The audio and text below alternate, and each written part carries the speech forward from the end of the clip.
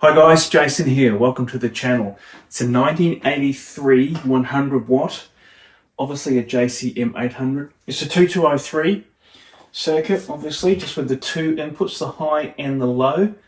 This amp's just been bought in for me to do a check over. No mods, right? Just a check over and a service.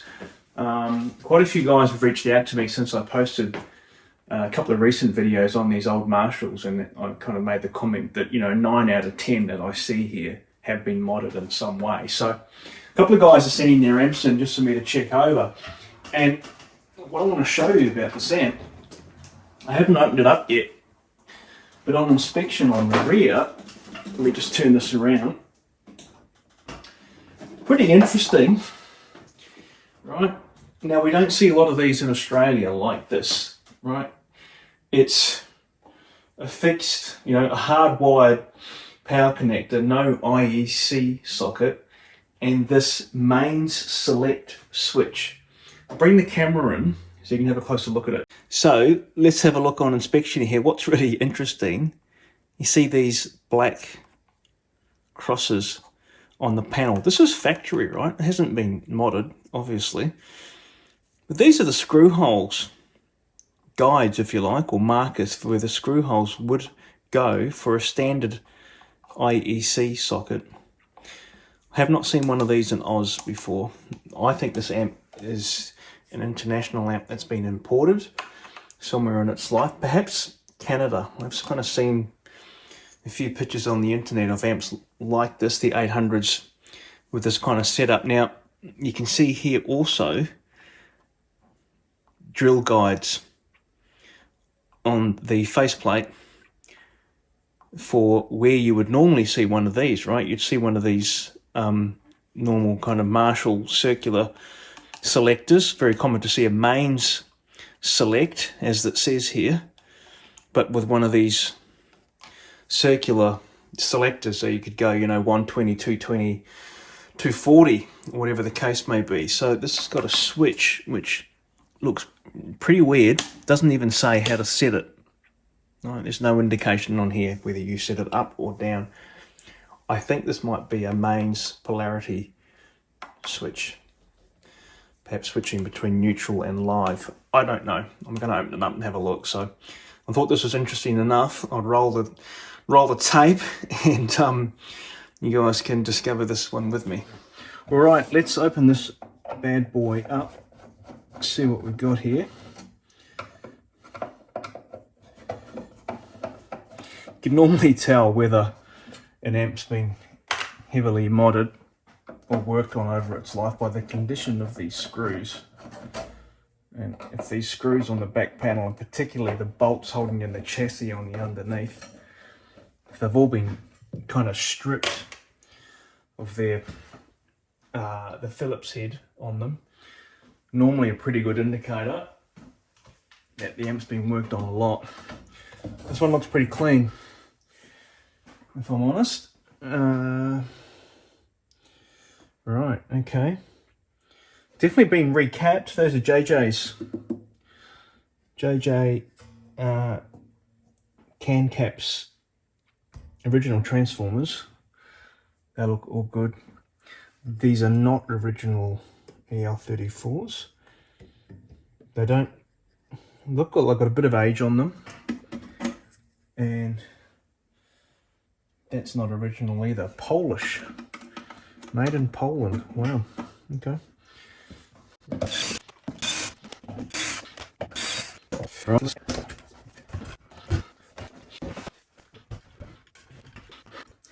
All right. Well, let's have a look at this thing.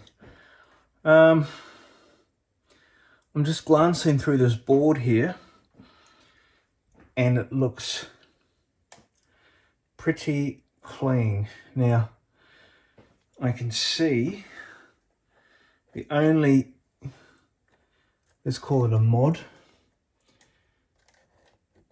pretty subtle one, the grid stopper, right? So 68K, it's right on the 68K grid stopper is right on the socket here. You wouldn't often see that. You'd often see the 68 still up on here on the board. So that's a good move. These are definitely original caps. All the original resistors are in place. I can't see a single one that's been swapped out here.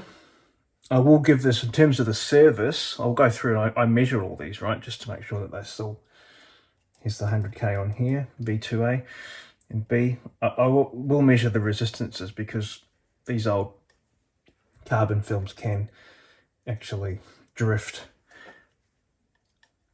So the bias cap's redone. It's also a really good sign. I mean, this is kind of an area where, you know, these guys can die away and you get some noise on your bias. So if your bias caps are failing, right, if these caps here, if you don't know, are part of the bias supply, which sets a negative DC voltage on your grids of your power tubes. Now, not only is that critical in terms of getting your bias correct and making sure that your power tubes are not either too coldly biased or too hotly biased, and you know, if you bias them too hot, they'll red plate. But this DC voltage that's set up by this drop-in resistor here, this one diode, these resistors, obviously these caps, and here's your bias adjustment pot. That's your bias supply network. And if these guys have failed, or one of them's failed, and you get a bit of ripple, like your DC needs to be dead flat, right? If there's a bit of ripple on here, that ripple at, you know, mains would be 50 hertz. It will get transferred onto the grid of your power tubes and then amplified through your speaker cabinet. And so you'll get terrible hum coming through. So this is good. These guys are being replaced somewhere in its life. This is all pretty clean, right? These tube sockets are all original. These spring resistors are completely original. So it's mint, all right? Mint. It's got its bright cap still there. Fucking great. Awesome. Now to this weird bloody switch. Look at it. There's nothing connected to it. Right, so here's my theory. This was an overseas amp, got imported to Australia, and a tech has disconnected whatever this was. As I said, I think it was probably a polarity switch where you could flick between neutral and live. I'm just guessing there. If someone knows about these things, as I said, my theory on this is a Canadian amp. Please put your comments below in the video. I'd love to hear what you think. Now, so if this has been disconnected and reconfigured, then what they would have done is to hardwire the power transformer to 240 volts. Okay, as we have in Australia. So I'm just kind of looking through the wiring here, trying to see if I can see that.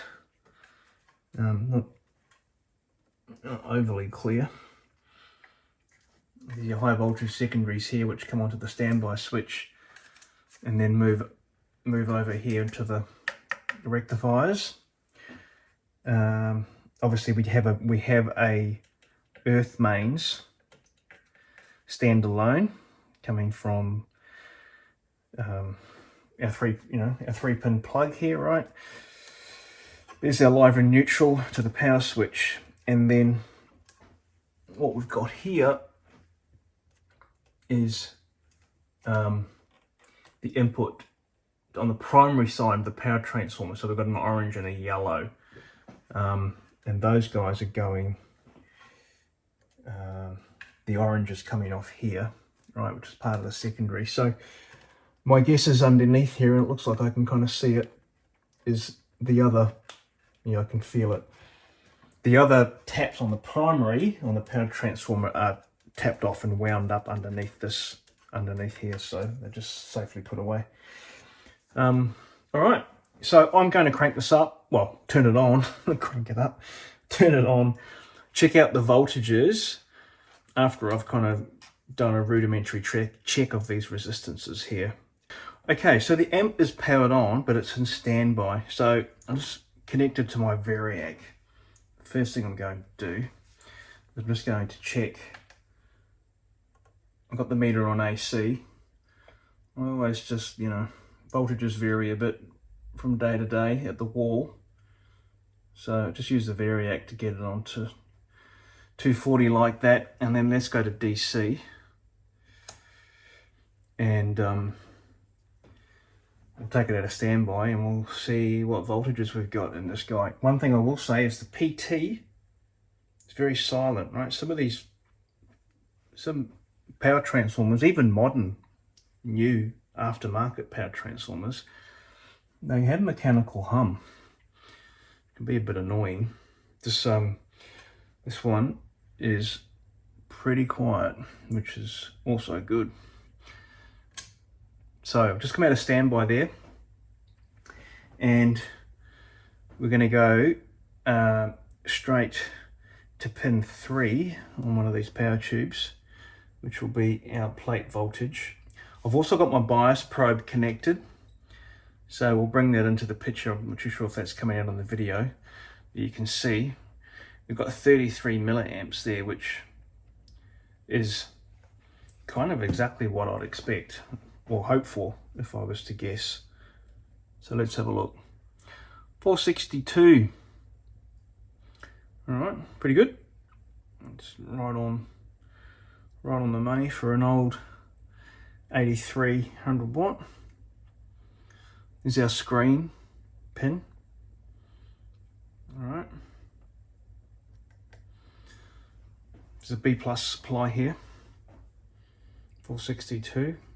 Okay, this is before it goes through the output transformer onto pin 3. This is our screen supply node. Okay, the difference between here and here is the choke. Okay, the choke connects those two. And here's the 2 drop-in resistors that will take us to phase inverter supply. And there's our phase inverter supply there. 332, which for a 100 watt Marshall of this vintage is exactly what I would want it. I often say, you know, 320, 330, around that mark for these amps is ideal. So there's our 330 there. This is the supply node for V2. Okay, so that'll be going to the plate of V2B, which is our cathode follower, and our 100K cathode resistor on the cathode follower. It's always good to measure the voltage at the top of that. 161, all good. Okay. Let's look at plate voltage on V2A, 166. And let's just move this across. This will be, this is our supply node here, here, for V1, okay, which is supplying these 2 plate resistors. You can see the same voltage, and then here's the plate voltage for each of them. So V1A, 252, right? So if we go to the actual pin, 252, there it is. Okay. V2A is the second gain stage on a 2203, right? 10K cold clipper. Here's the voltage at the top of that 10K. 2K7 with a 0.68 bypass. This is V1B, but it's the first gain stage. So your guitar input comes in on the high input here. It actually travels to this side of V1, all right, then through the gain pot and back to this side. So let's have a look at the cathode voltage on V1B, 1.7 volts. Right, I actually checked all the resistors while I was off camera, and they're all on spec. I mean, this amp, completely mint. None of these have drifted in any material way. So Yeah, look, completely mint, right? Let's crank it up, see what it sounds like.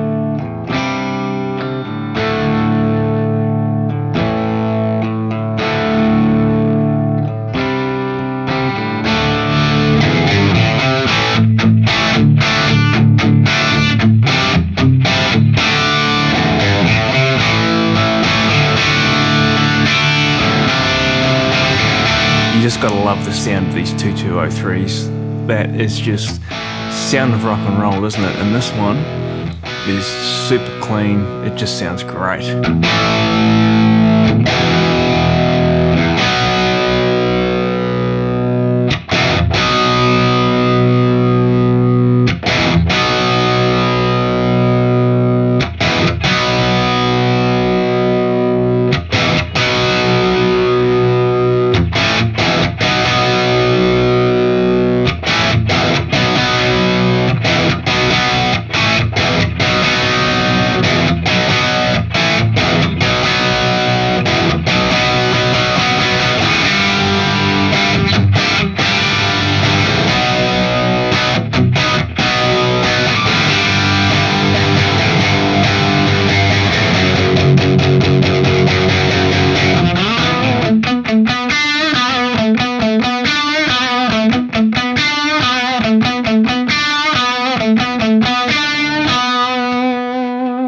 This 2203 is one of the best sounding ones I've had in here. It's just great, and it does not need any boost in front, right? Guitar straight into the amp and go.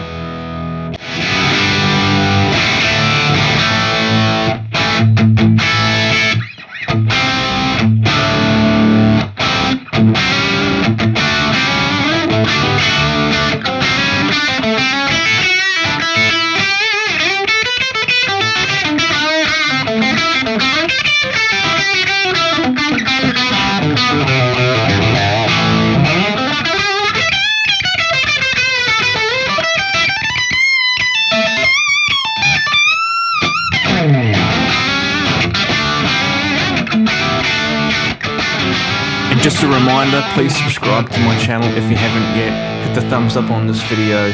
Make sure you ring the bell, and I will see you next time.